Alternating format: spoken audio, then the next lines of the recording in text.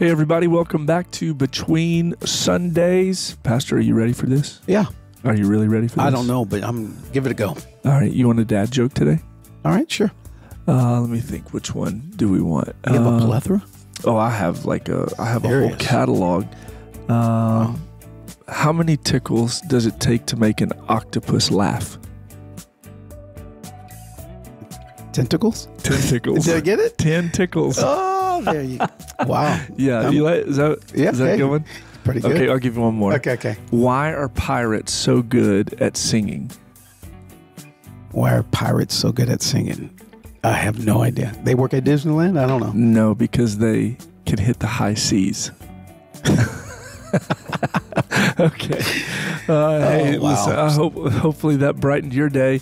I'm not sure if it brightened our day, but maybe it brightened your day. Those of you that are listening, hey, we're excited that you've joined us for another episode of Between Sundays, where our goal is we want to impact the 160, how many hours? I think it's 165, right? Right, because there's 168 in a week. Right. Yeah. So we're assuming those 3 you're in church or doing something spiritual. We hope so. We pray. Yeah, absolutely. So if you're not, then our goal is to impact the 168 hours of your week. But for everyone else, the 165 hours that happen between Sundays, we want this podcast to be something that adds value to your life, to your leadership. And our target is our church, the amazing people right here at GPC. And so we're excited to do this, and we're excited about this episode. Why don't you kind of just tell a little bit about what we're going to be talking about today? Yeah. So, just being a student of the church, like really caring about its health, its direction, its purpose, living out its mission, all of those things. And there are times that leaders and churches really get misaligned with their purpose. They get off mission, so to speak. They're truly just existing, but they're not fulfilling. And in that process, there are always signals. There's some cautionary tales that are happening that leaders tend to blow past. That and we call these red lights. Like, okay, you're just running through these red lights. They're trying to get you to pause and contemplate and reflect and trying to think back, but you're just blowing past these for whatever reason. And when we do that in the natural, when we run red lights, there's real danger. Yeah. Like there's real consequences to that. In fact, I think it's like 2 people a day die because somebody is running a red light. And here's what I do know about that is that the reason that most people run red lights is that they're distracted. Okay. Yeah. They're focusing on something else. But yet you and I realize there's some real damage. And if leaders and churches continue to run red lights, there's just a lot of things that take place that is not good. Yeah, I think that's an interesting place to draw from the concept of red lights because, red lights can be annoying at times. You've ever been stuck at a red light, right? Yep. And it feels like it's an eternity. But when you look at the purpose of the red light, it's there to save lives. It's there to help control some traffic. It's there to help for warning signs, things that are coming that you may not see. And so I think that's a really great foundational place to start is the red lights. They're not there to ruin our drives. They're there to save our lives, right? Yeah, and bring organization, to bring really structure. Structure, yeah. So important to society, just again our world. But yes, that's exactly what they're for. So in real life, ignoring a red light, running a red light, you said it. There can be real danger, serious injury, fatality, and the same can be said in ministry, right? Yeah, ignoring these red lights, blazing past these red lights. Can be just as dangerous. So that's what we're going to unpack today. I think there's seven red lights that you want to unpack that are indicators that, I guess the way you would frame it is that these are 7 indicators or 7 signs that the church is headed in the wrong direction. Like when you're at this. Yeah. And if you care about the church or ministry or department, again, you can apply this to your own work. Like I think if it's true in the spiritual, it's true wherever you go. You can apply it to your family. If you're on the job, like this applies again, some of them in every facet of our lives. All right, so let's kick this off with the first one. One that most people probably would rarely say out loud, and the first one is the erosion of leadership confidence. Why don't you break that down for us? Yeah, so the truth is there is a gradual erosion of personal leadership confidence, and yet we don't really say this out loud, but every leader, pastor, every boss, every leader, again, comes to a point where there is a drift. There's a leak of leadership confidence. Okay. And there's some indicators. How do I know that is taking place? What are some signs that I can look to that maybe I'm experiencing some leadership erosion? And so it happens in things like this. Like, I'm not sure this can be done. Like, again, when you're looking at obstacles or opportunities or challenges, again, I'm not really sure that this can be done. Another one, I've tried this before. All right. Just again, we've been there, done that. I'm not sure I can do this. Like, I don't know if I have the willpower. I don't know if I have the strength. I don't know if I can do this. No longer feel relevant. Like, I feel like I'm losing a step. I don't feel like I'm as sharp as I used to be or as clear on it as I used to be.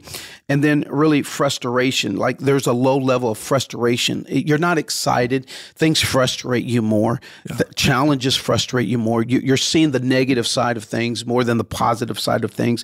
And there's factors for these. Let's be clear. Okay. There's factors like there's age as you grow older. Again, that could be one of the team collaboration.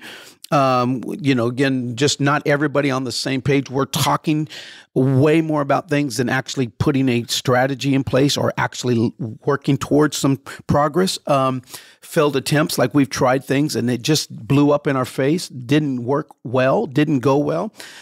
Emerging leaders is another way. Like, you have some really young leaders that are just eager, they're excited, they bring a lot of new creativity, new passion. You can get intimidated by that, right? It's not the old line. It's not the old school thinking.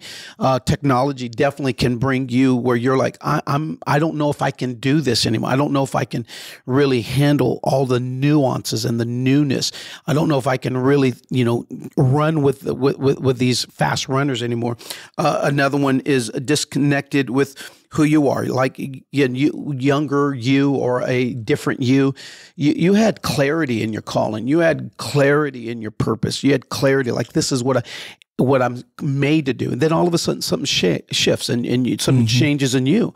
And you're just like, I don't know if I'm as passionate about it. It could be a minister, like a Sunday school teacher. Again, it happens to pastors as well. It could be about, like, I'm used to be more into it. I'm not there anymore. I don't really daydream about this stuff anymore. No. And so, again, a lot of those are factors about. It's interesting too. You said you've kind of put this as erosion, and erosion, when you think about it, it can be a slow process. Yeah, right. For sure. Like water running over something over time, little by little, just carries, in the earthwork world. Water over time, moving over the dirt, begins to bake. We used to, in the South, we call it a gully. Okay. Or a gully washer. All right. Some people will be like, I didn't even know he knew that word. Yeah. Yeah, but over time, just the water rushing over it, it starts to take out parts of it. And eventually, erosion leads to, a landslide, something more mass movement, mass loss. Right. But it didn't start there. It started as little by little. And what I hear you listing out here these are little things over time. It's probably not going to happen instantaneously, but just over time, whether it's the confidence, whether it's the questioning of yourself, whether it's new people coming in and you're not confident, so you're intimidated by that. Little by little by little, those are just it's eroding away confidence over time. Is that how? Absolutely. So when I'm in the settings like this, I would ask people like, when is the last time you flexed your leadership muscle? Like, when's the last time you really stepped in and leveraged your leadership? Okay. You're going to have to break that down. Like, so I have this visual of what you're saying, but I need to understand that. So again, every organization needs leadership. Like, again, there's been much surveys about this, but the reality is, like, would you rather have a better preacher? Like your pastor, would you like him to be a better speaker, preacher? His messages are just so great. Or would you want your pastor to be a better leader? Now, I know we have they're both, but sure. Which one would you want him to have more strength or her to have more strength in, right? Yeah. And when survey after survey, they want pastors, and again, I could say this in business, they want bosses that exercise leadership better, right? They're clearer. They have vision. They bring the right ingredients to continue to lead churches and businesses and organizations and departments forward. So with that in mind, again, what does that mean to flex your leadership muscle? It truly means that you're making tough decisions. Yeah. You're having hard conversations. This is kind of where I'm at right now personally, that I'm trying to school myself. I'm trying to read and dive into, like, I need to do better at having tough conversations with leaders. Again, we would call it being very candid. Okay, candor. A book that I'm into right now, Radically Candid. Okay, or Radical Candor. That I just want to do better in a great way, a helpful way, just to have more meaningful conversations that sometimes can be very tough. Yeah. Can you share? I know you're kind of general about a season, but is there a story that you would be comfortable sharing when you had to do this? You had to flex your leadership muscle. So there's been conversations that I've had in the past that, again, I wish I would have handled them better, that are consequential, that, again, determines whether people leave or stay or whether we make progress or not. And, in those moments, I wish I would have had more understanding, more training, more education. I would have schooled myself more in just, having those conversations, because you can't be a leader without making really tough conversations. I say this tongue in cheek, like a lot of companies or churches are just one tough conversation away from a breakthrough, right? Yeah. Like churches, you're one tough conversation. You have a leader that's not aligning to the vision, that is not in alignment with where the team is. They are not in alignment. And to address that leader and say, listen, I don't know what's going on, but can we talk about it? Like, where you at? Because this is what I'm thinking. This is what I'm feeling. This is the story I'm telling myself.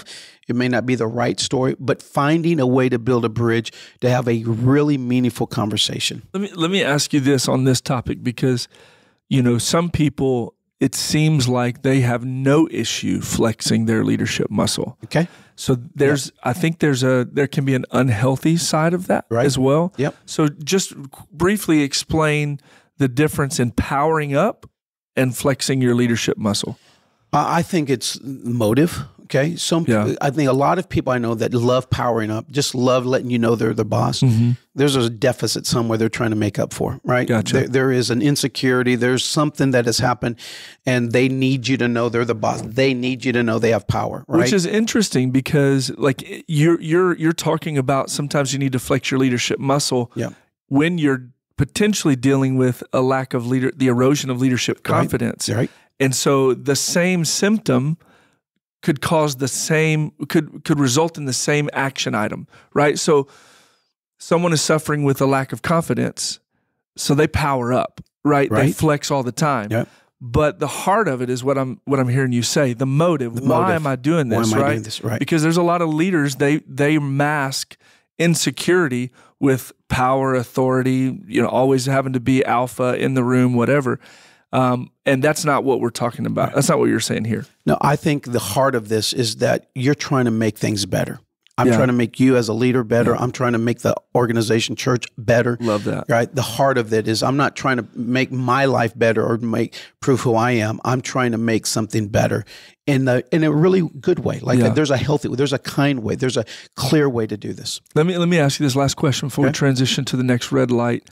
How do you recover your confidence when it's just been chipped away, eroded away over time? How do you recover that? Yeah, that's a really great podcast right there, because I think there's a lot of leaders that can use some strengthening and just confidence building in their leadership. But I think this simple way is things that are in your world right now, you just start doing the right thing. You just lean into whatever you're facing right now. Yeah. You start just taking, like, I'm not avoiding that conversation. I'm not avoiding that decision. I'm going to step into that decision, right or wrong. I'm going to do the best thing that I can, but I'm going to make that hard decision. I'm going to have that tough conversation.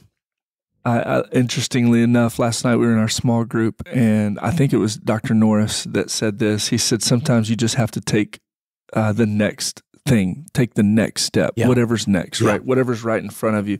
And I think that's what you're saying. Like, you have to look at what you have right now, take that next step, and just one step at a time, right? So very good. Number 2, what's the second red light? The second red light is, and again, I know there's a connection here, but the second red light is you're feeling like your best days are behind you. Past your prime. Yeah, right. Like we've ebbed.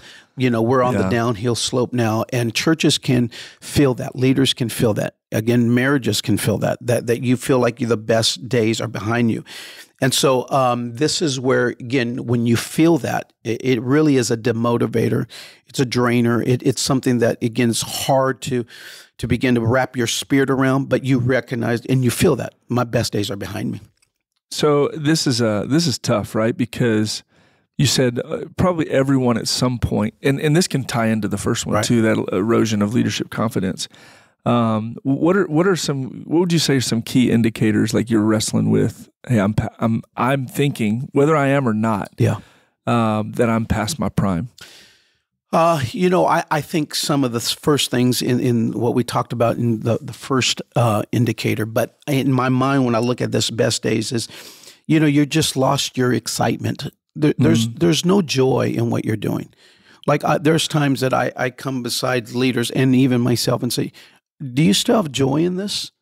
Like, are you still looking for something, like fresh, and there's something new that you're inspired to do something? Those are really good indicators whether you feel like the best days are behind you. Okay, so is this a pretty natural thing, right? Like as you age, as you get older. So how do you combat that? Yeah, there's some older leaders that are. Man, they're still in it, knocking it out of the park, right? Do you think they battle it in their brain, though? They do, and I think they feed themselves the right things.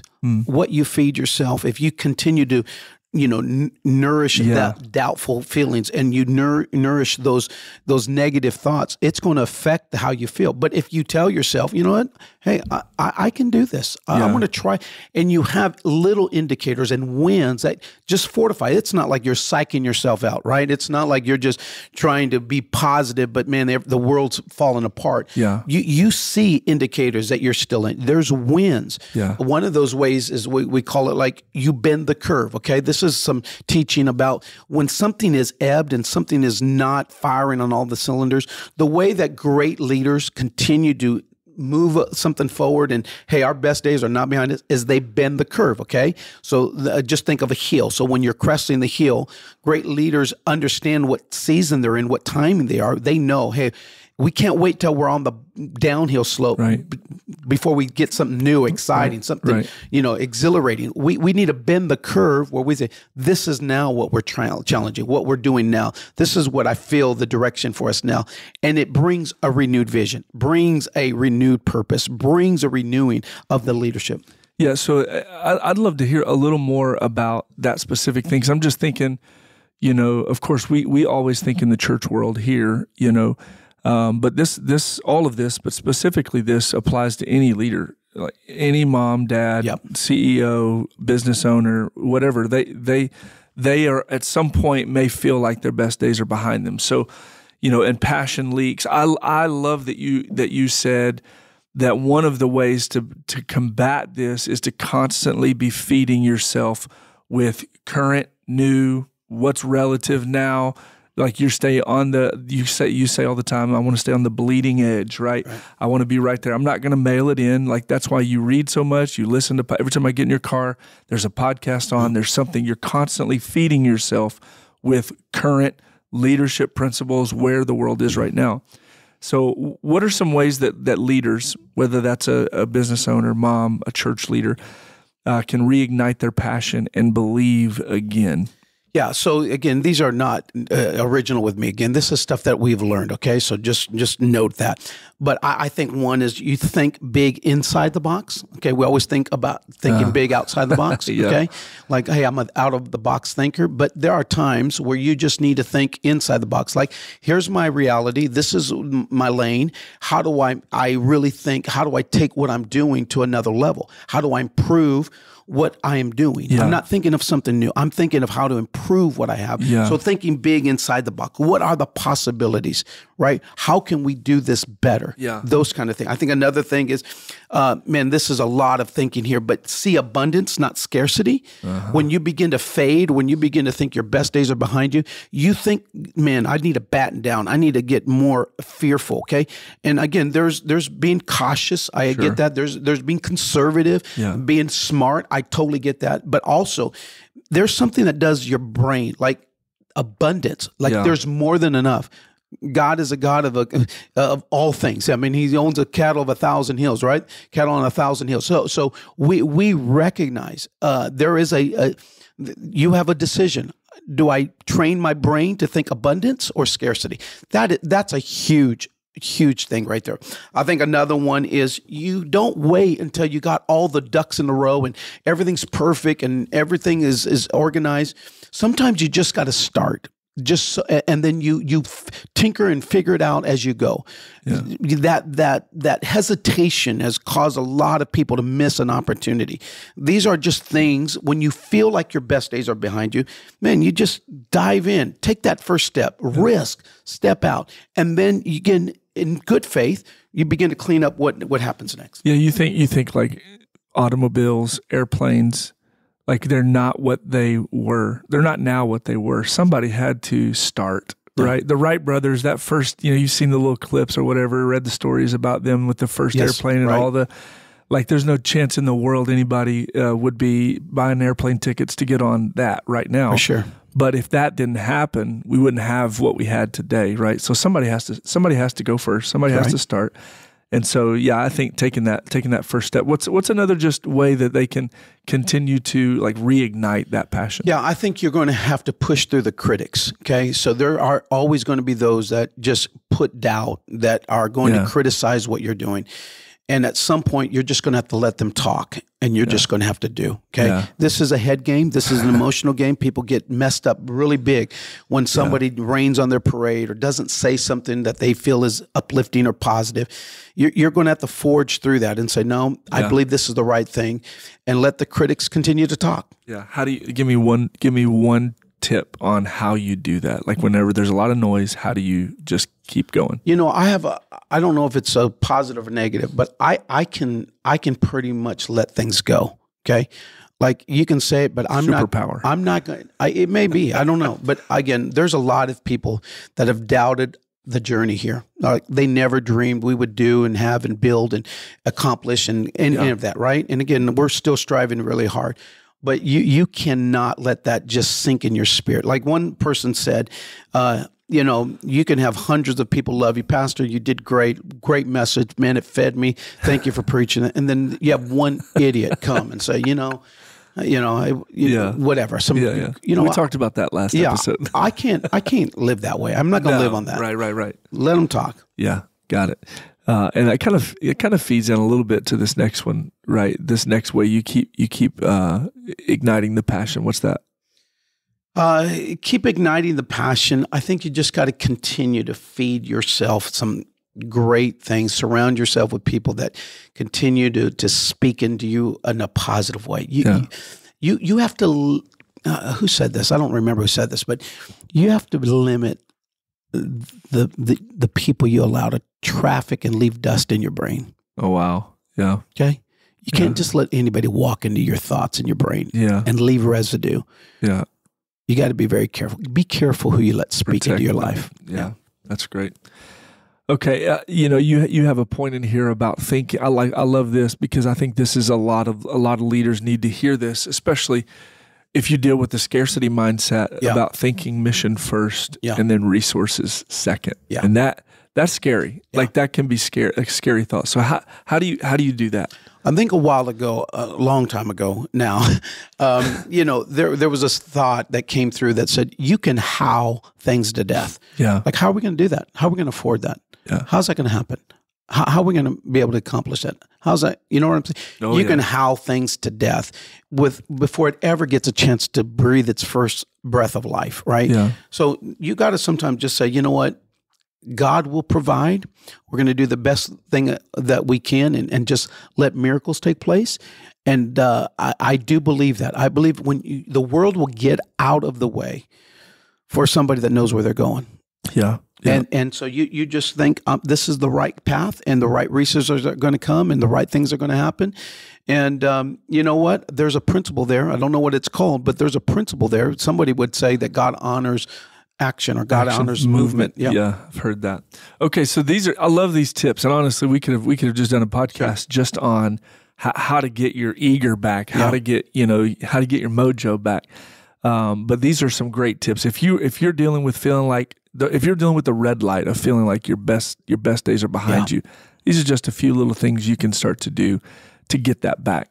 Can I just throw this in before we move to the next point? Absolutely. We still need leaders that are really passionate about what they're doing. Yeah. They're passionate about their marriages, passionate about their kids. They're passionate about the ministry that God has them. They're passionate about their careers, their business.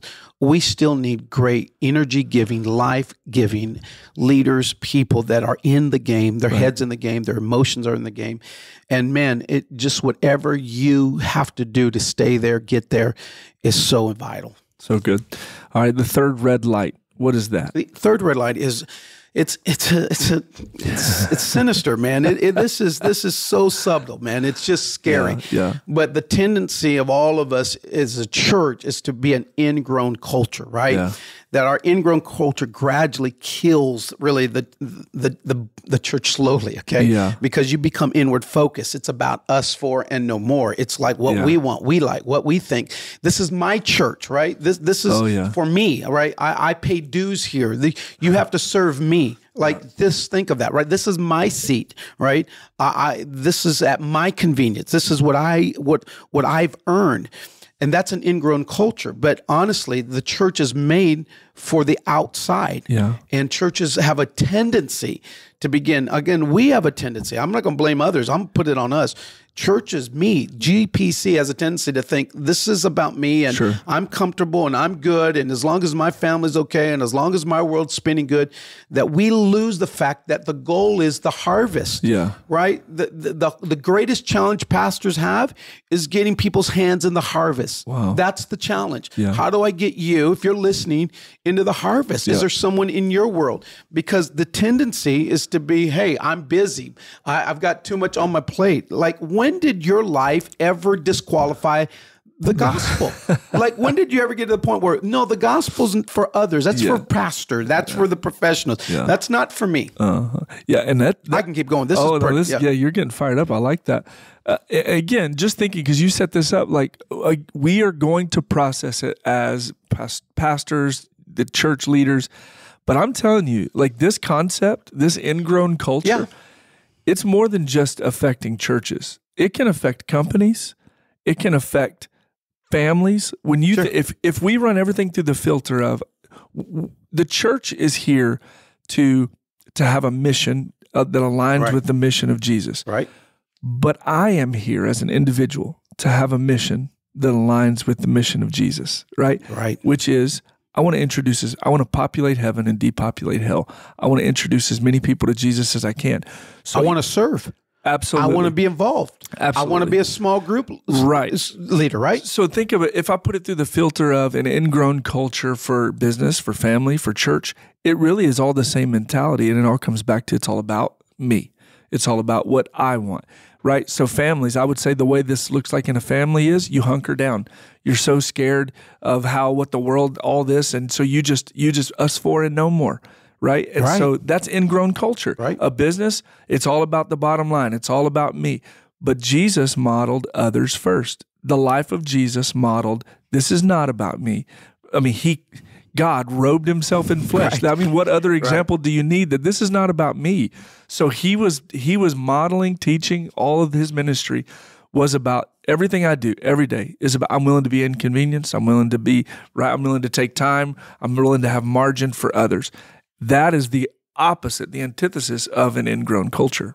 100%. Like, again, it's not about what it's my advantage or what it does for me. Okay. Yeah. And there is a truth about when you pour out, there is something that you reap what you sow. Absolutely. So there's a big truth about that. But honestly, churches can get to, I want to make the members happy. Like there's some decisions we make. Are we going to just make sure that the past is secure?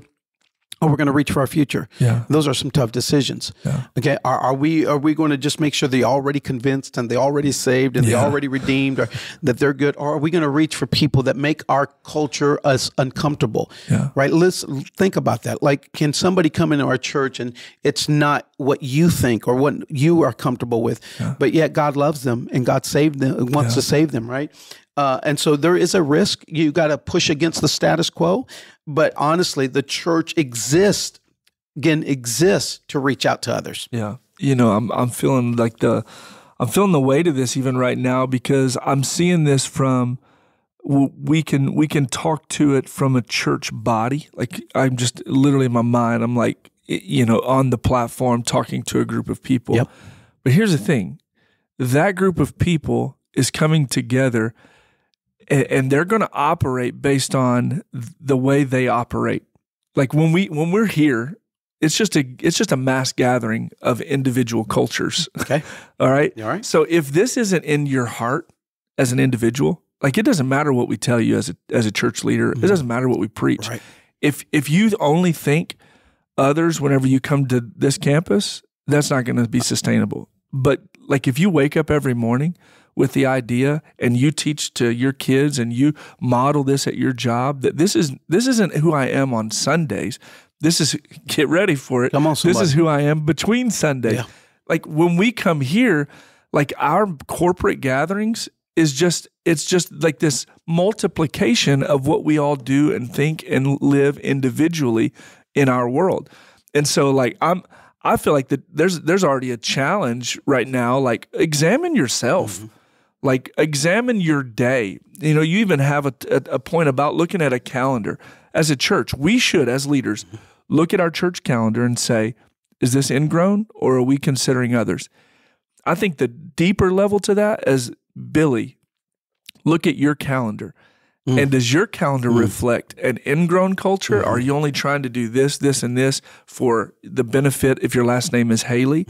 Or are you genuinely living a life that is about others? Do you exist for you, or do you exist for others? And if we get a church full of people that exist for others, what do you think is going to happen when we all come together? There's no answer hell has for that, right? None. Right? And so he wants us to get ingrown. But honestly, even just language in church that we use, like, we can use a lot of insider language, right? And so I pray that we are always thinking of the guest in the seat. Like, we may have one chance, one opportunity to minister and to help and reach somebody. All right, we're going to move forward. That's okay. Yep. Number 4, the fourth red light, is a cultural and ministerial misalignment, meaning, just to make it simple, is the leaders and programs eventually start working against each other. They start fighting for time, resources, volunteers, like all of that, right? This is my department. This is don't touch. This is my space. And we're starting missing the fact that we're not supposed to work against each other. We're working for each other. We're not even working with each other. Yeah, we're working for each other, right? Yeah. I'm here to help you in your ministry. And so it's amazing how many times, leaders miss that, and they don't understand that we're part of the whole picture. It matters all of us survive and live and work and thrive through this.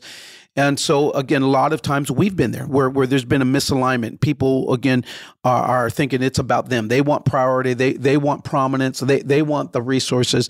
And yet all of us have to work in alignment. When a church works in alignment, when a company works in alignment, when a family, when a marriage works in alignment, there's so much energy, there's so much synergy, there's so much progress. Again, this is how you move the ball forward, when we have a common direction and we're moving in a common direction. Everyone's on board. And man, that's just a lot there. Yeah, so I hear you saying, we've all probably heard the term silos, right? Right. So this is a major red light whenever you feel like the team, the organization, the family is siloed off. There's no synergy. There's no one working together. There's not collaboration. It's everyone defending, fighting for what they want to see done. We talk about, even here at the church, we have multiple ministry leaders that serve on our team at a high level, and then, system leaders. And the unhealthy approach to that would be if we all came into, the conference room for a meeting, and we're going to only have our production hat on. So I don't care what you're doing in children's ministry or what you're doing in youth ministry, but in production, this is the main thing, and anything that works against that, I'm against. That's siloed. Right. When you walk into a team gathering, a team opportunity, and all you have is your ministry hat on, right?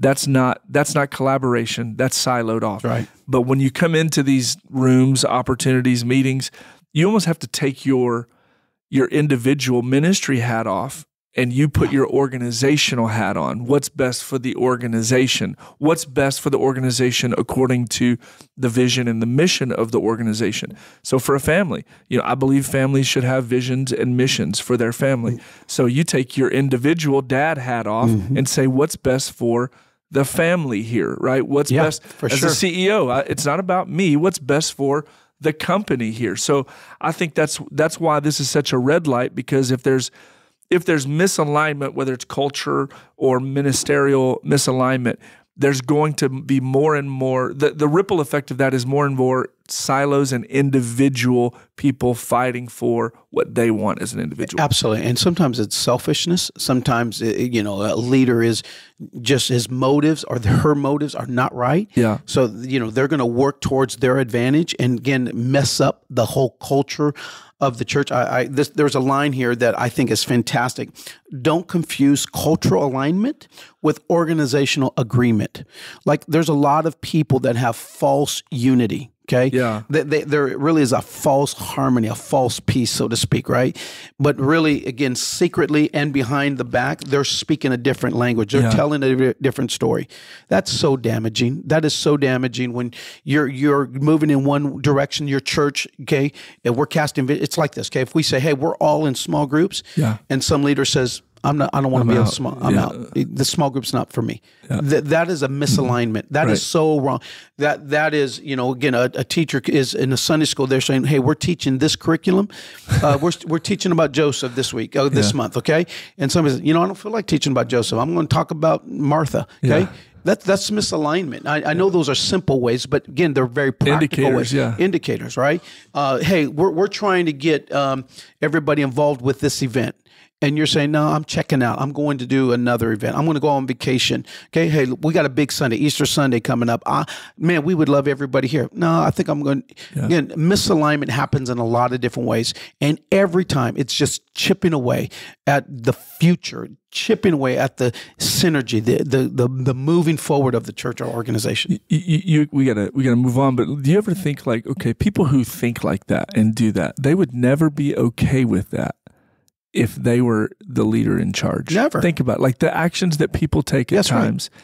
If it was them, I heard, I think it was Brother Bernard recently who said something about, he said specifically to pastors, he said, there are so many pastors who would never sit under themselves as a pastor because of the way they lead. Wow. Right?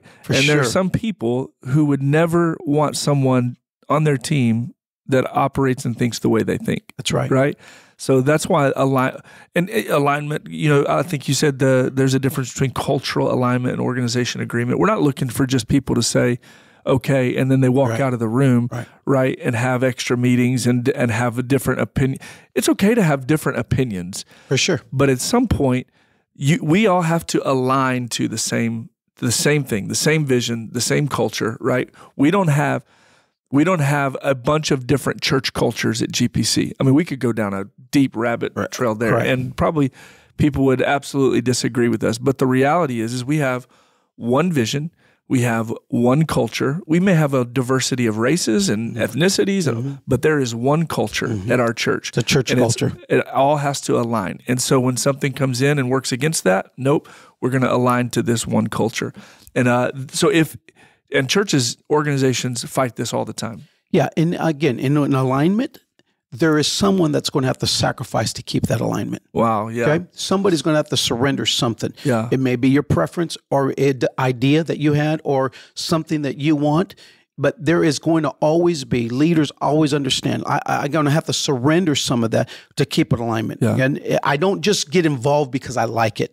I'm not backing an idea because it's my idea or I agree with that. There's some things that maybe not my choice, but it's what we're going to do. And when we do it, we're all in. Yeah, and even as the senior leader, like, some people think, well, the senior leader just always gets his or her way. Like there's sacrifices that the senior most leader has to make for the betterment, for the collaboration, for whatever of the team, right? Have you ever done that? Yeah. Well, I mean, it happens more than I would like, for sure, where we're making a decision. And again, I may be on the votes that don't make the decision. But again, when we leave the room, that's my decision. Yeah. Right. That's alignment. That's like, again, I'm for the greater, bigger issue. This is bigger than me. Yeah. And to be clear, and I've watched you champion ideas that weren't necessarily your favorite or your first choice. I've watched you champion it. I've heard you publicly do that, right? Which is just great leadership. And to be clear, we're not talking about things that are, immoral things to champion or align to just because, right? So I'm thinking of somebody in a culture where a company culture where there's anti-biblical, anti-Christ, anti-Christian things. We're not saying you should just acquiesce to that, but obviously stand your ground on moral issues. But on other cultural things, I think we all have to make decisions and sacrifices to align to that. So, and the senior-most leader is going to have to model that. So, all right, what is number 5? Number 5 is plateaued or declining numbers. Okay, so talking about the church numbers is like talking about somebody's weight, right? Like it's just, again, it's a sensitive topic. Yeah, we don't talk about this, right? We don't talk about Bruno? Yeah, we don't talk about Bruno, okay?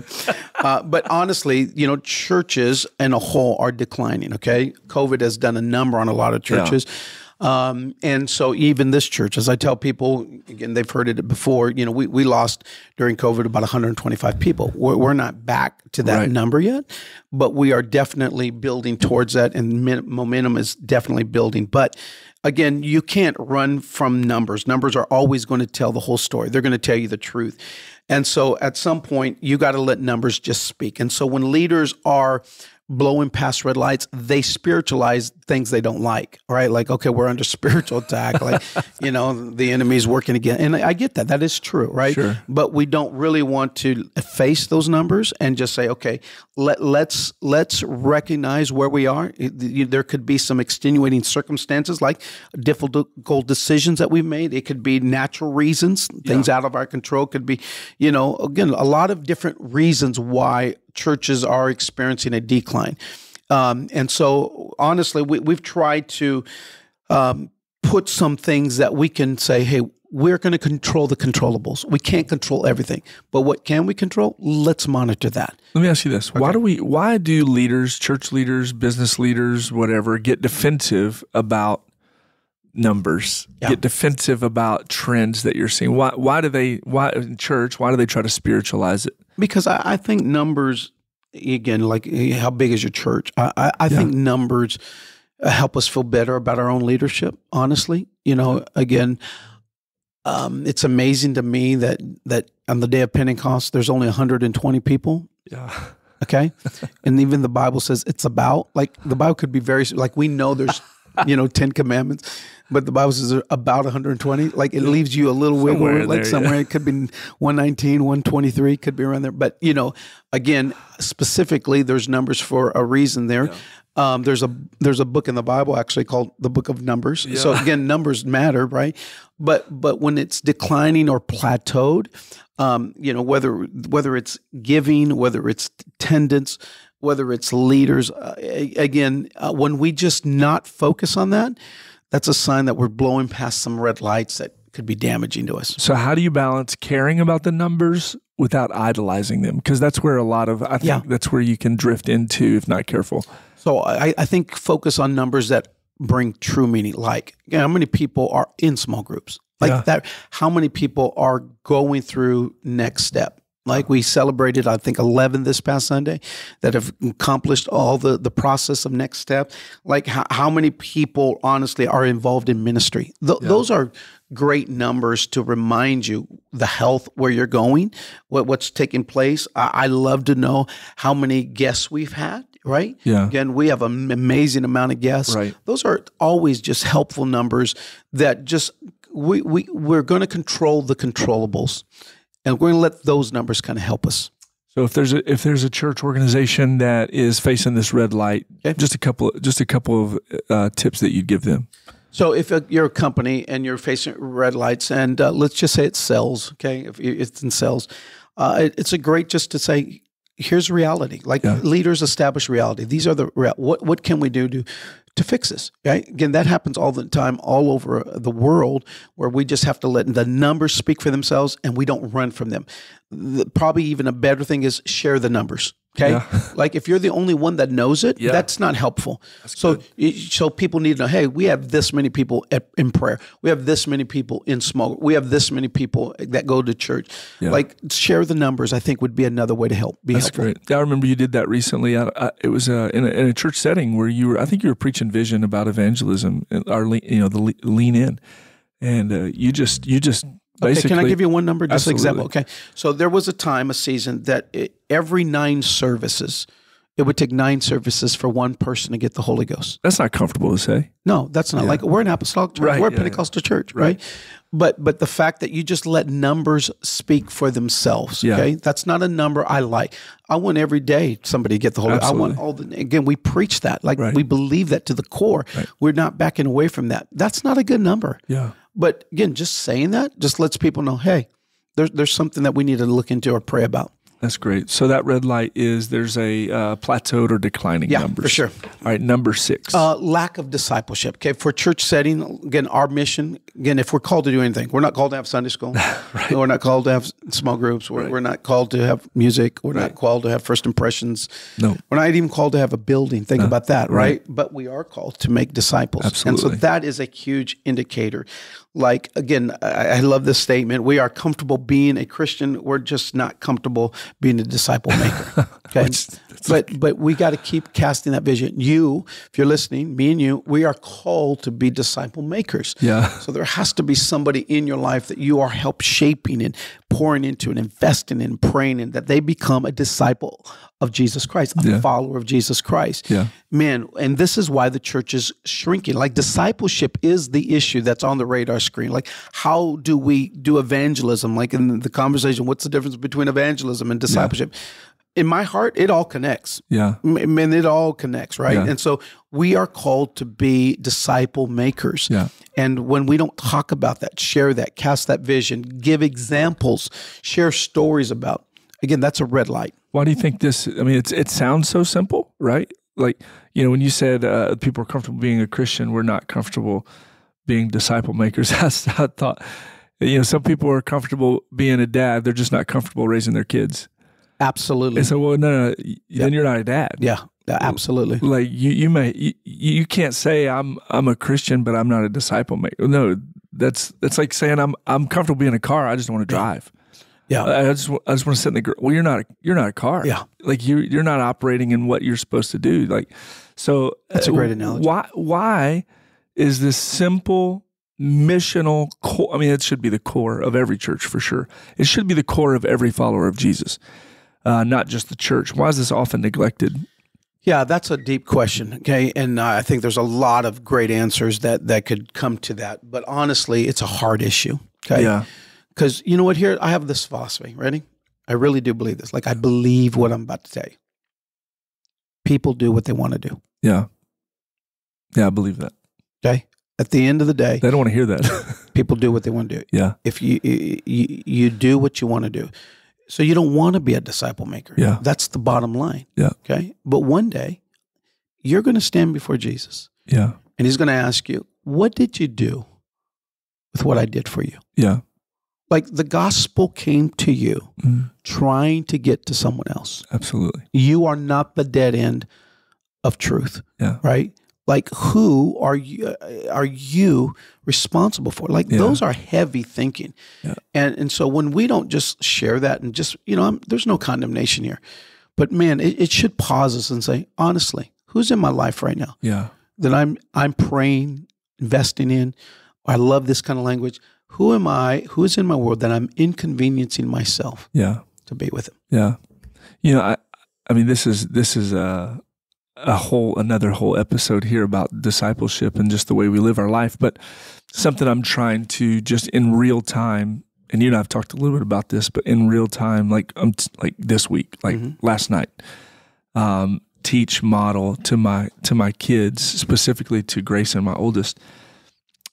Is that we don't live our life with multiple buckets. Like, I don't have a work bucket and then a family bucket and then a church bucket. And then, I don't have that. it's all one bucket. Like everything goes into one bucket. So this I think is a mentality shifter for people. When you go to work, you're not leaving the disciple maker part of you at home. So there are things that we can involve ourselves in. And I think we've talked about redefining what discipleship evangelism looks like. Like, I genuinely believe you can look at every opportunity that you have in your life and you can redeem that for some type of discipleship opportunity, right? Whether it's work, whether it's recreation.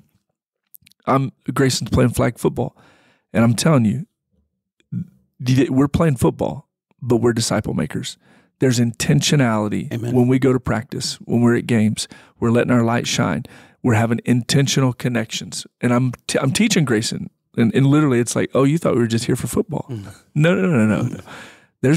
We're on mission right now. You see that kid over there? Yep. Like he's gonna be encouraged today before we leave. Right? We're on everywhere I go. Yeah. We're gonna have a great time. Like, you're gonna pull flags. Like, I'm gonna yell at you because you missed that ball. Like, we are gonna take this serious. But the core of it is I'm still a disciple maker right now. Mm-hmm. No, yeah. Oh, you know that kid? Yeah, he's gonna come to church with us on Easter. Why? Because I don't have separate.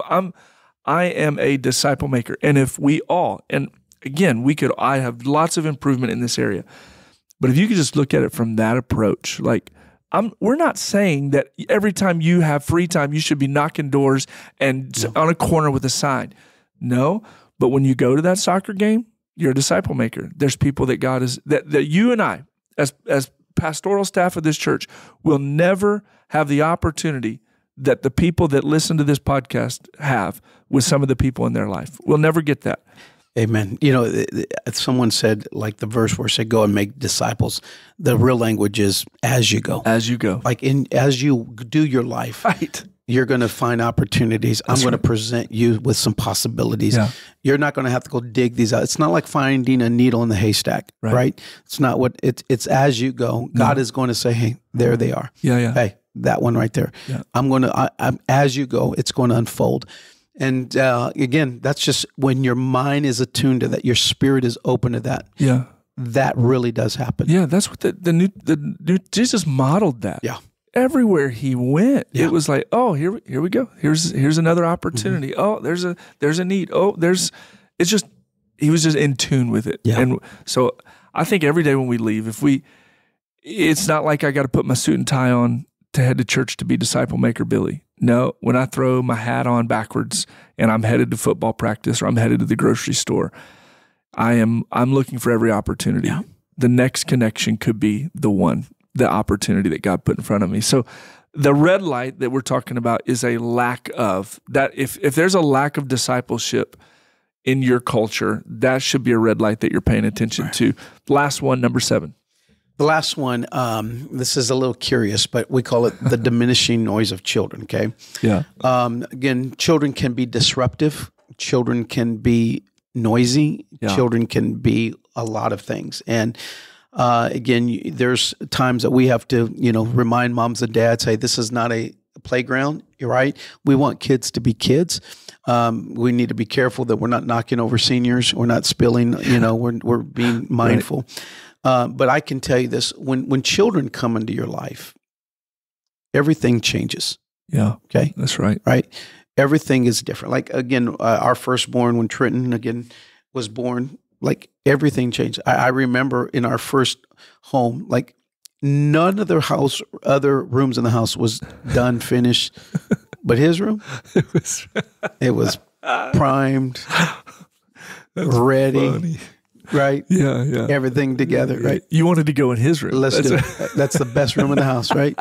Because children do that. Yeah. If it's true in the natural, it's true in the spiritual. So we have an opportunity, again, I think right now in this planet, there are over 1 billion children. I think it's probably closer to 2 billion now that are really primed. We have a window of opportunity. They call it, the age from 4 to 14, where we can really shape the mindset, the culture, the thinking, the spiritual DNA of a child.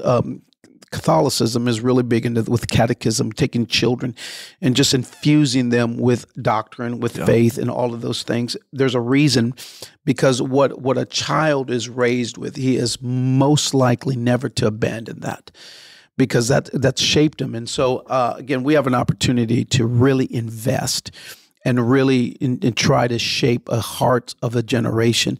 Again, that's our responsibility. But man, when you don't have children, so again, we pray for children. We pray for couples that have children. I believe that couples should have children. I think that's a right. I know there's others that want children, are not able to have them right now. I do pray for those couples. I do pray for those. Unfortunately, that happens. It's in the biblical era too. And so I do understand it's a biblical understanding, but we pray for those. We want families to have lots of children. We think that's a healthy thing. But honestly, when you think of the demographics of our society, there are religions like Mormonism, there's like Muslim as well, that they understand children are going to dictate the future of this. And as Christians begin to back away from having more children, again, it's just a matter of time where the numbers just take over. So the diminishing noise of children is a red flag. Yeah, there's a lot, of that we could go into on even just the why. Yeah, like it touches in my thinking, in my study and research, things that I've been exposed to. I think there's a lot of reasons why there's a diminishing noise of children. People are waiting much, much later to get married, much later, or not even interested in having children. Right. And again, there's lots of reasons why, and we don't have time to go into all of that. But I think what you're saying is that as believers, if God has blessed us with the ability to have children, right, then that should definitely be something, and the church should be a great, safe place for young families to come and to gather and to experience Jesus. So last question on this, how can we, or churches or anyone listening, how can you practically prioritize the next generation? They're not an inconvenience. Yeah. How do we prioritize them? Yeah, that's a great question. I think one, you put your best leaders on them. Okay. Like some of our best leaders that serve honestly in multiple ministries are Sunday school teachers. Yes. Right. They are some of our very best leaders, investing in that next generation. You know what? Another way is you budget for it. You let that be something that you take serious. It's so serious that we're going to make sure it's funded well. Thankfully, in this church, our children's department is it's fantastic, led by credible leaders, the Walmers. Yes. Great teachers. Okay. But also the very environment we created, the vibe. If you walk into our Children Promise Kids area, you're going to feel like you walked into a really, really cool place, okay? And we invested in that. We made it a priority. And then I think you make it priority by making sure it has space and time and calendar space. We're going to make it a priority. So 7 red lights, so good. Let me just wrap this up, because I think everyone that's listening needs to understand red lights are not an eternal assignment. They're just little warning signs. And at some point, they're going to cause damage. Right. Keep on running them. Absolutely. You're not going to like the results. Ignore them. That's right. At your peril. Right. If you're stuck at one, sometimes it feels like you're stuck. Yep. And honestly, some of them feel like you're there forever. But at some point, the red light changes. Mm-hmm. Something will shift if you're intentional. And so you can make changes. If you found yourself at any of these red lights, the good news is that they don't last forever. It's just a pause. Yep. It's not a stop. But be appreciative of the pause. Pause. Definitely pause, and be intentional about addressing these. We love sharing our volunteers. One of our volunteers' favorite verse. And today there's a really, really great individual involved in some amazing things here at GPC. Just a blessing to our church. Why don't you tell them who today's volunteer is? So we are so blessed with a plethora, an overwhelming. We are highly disproportionately blessed with volunteers that operate at a very high level, and none other than Michael Kellogg. Again, great volunteer, a great help, serves on our church board, Yeah, serves in our cafe, serves in other ministries, and so grateful for his contribution. But his favorite verse, is Psalms 139:14. And Psalms 139:14 is, I will praise thee, for I am fearfully and wonderfully made. Marvelous are thy works, and that my soul knoweth right well. Michael, we appreciate all you do. Thank God for you. We love you and your family. So honored to do life and ministry and go into heaven together. God bless you. We love you, Mike. Appreciate you. Thanks for everything you do. And for those of you listening, if today sparked something in you or gave you some type of mirror to your own leadership, we would love, we don't ask for this a lot, Pastor, but we'd love to hear from you. In the comments of wherever you're listening, if you could leave us a review, a rating, wherever platform you're on, it would be great. But for sure, share the episode. We love it when people, share the episodes and are talking about it. And so share the episode, subscribe on whatever platform you want. We're on multiple platforms, Spotify, Apple. But we're so thankful that you took time today just to listen to this episode of Between Sundays. So we'll catch you next time.